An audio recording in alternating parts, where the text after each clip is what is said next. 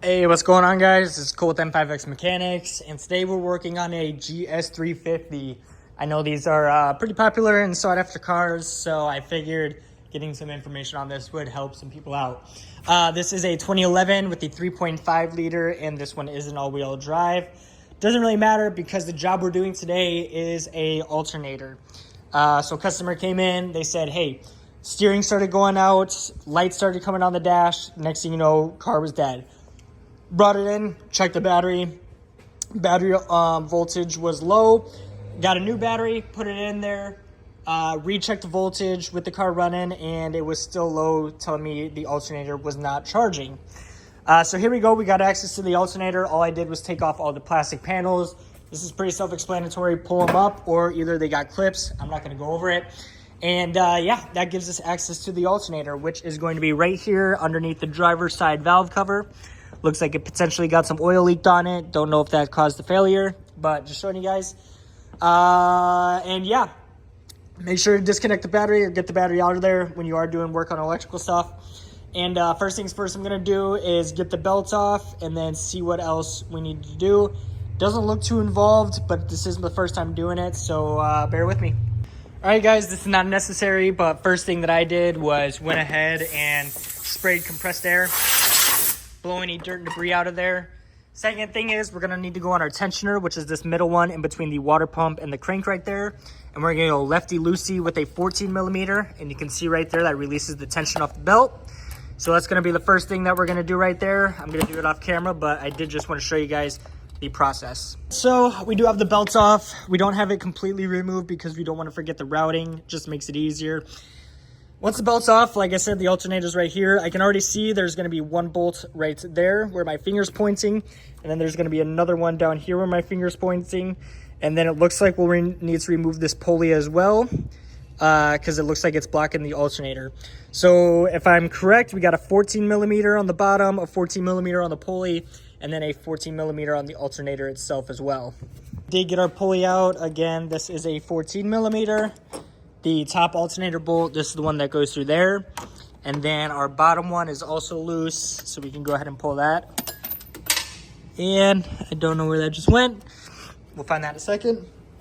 But yeah, from there, I see there's a couple wire harnesses and clips. There obviously is going to be an electrical connector back there. But what I'm gonna try to do first is pull the alternator out a little bit to help us get access to it, and then see if it's easier to get access to those. So give me a minute here, and then we'll check in.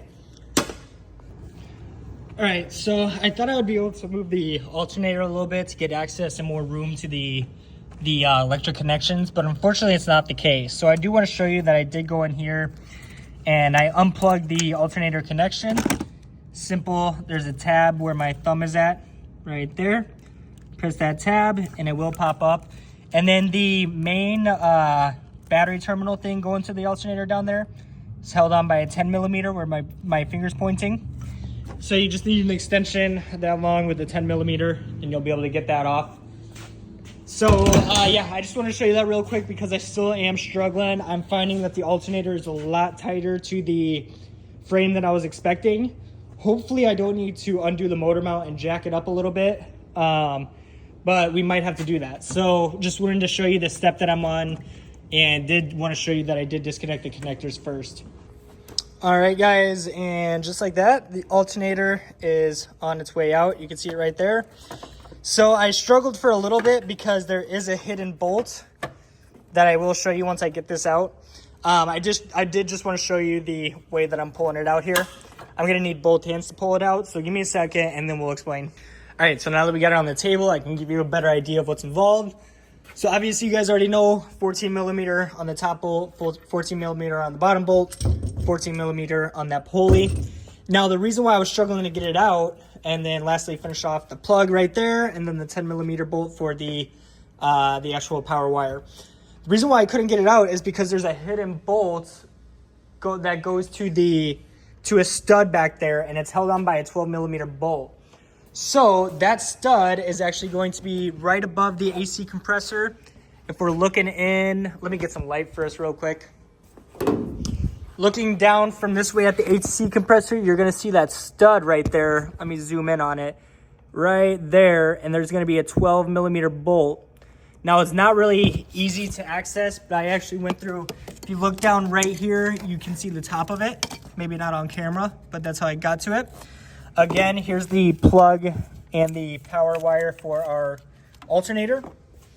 But anyways, I went down there with this exact tool, a couple inch long extension with a 12 millimeter socket.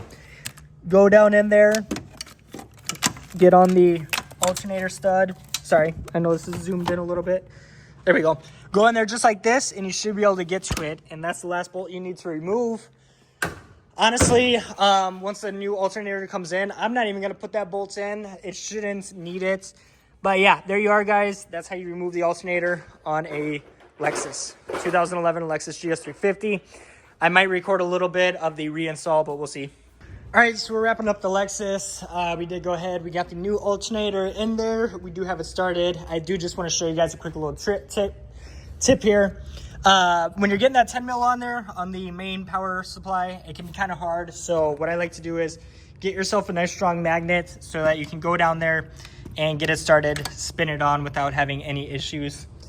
Another thing is, while you're down there, don't forget to re-plug in your alternator. The sensor's right there, right next to where the power strip goes. And then besides that, guys, like I said, you're kind of reverse ordering a couple 14 millimeters, your pulley, get your belt back on, and you're pretty much all good to go. So yeah, again, this is Cole, M5X Mechanics, and hopefully this guy helps you guys out. If you liked it, please like, subscribe, and we'll go from there.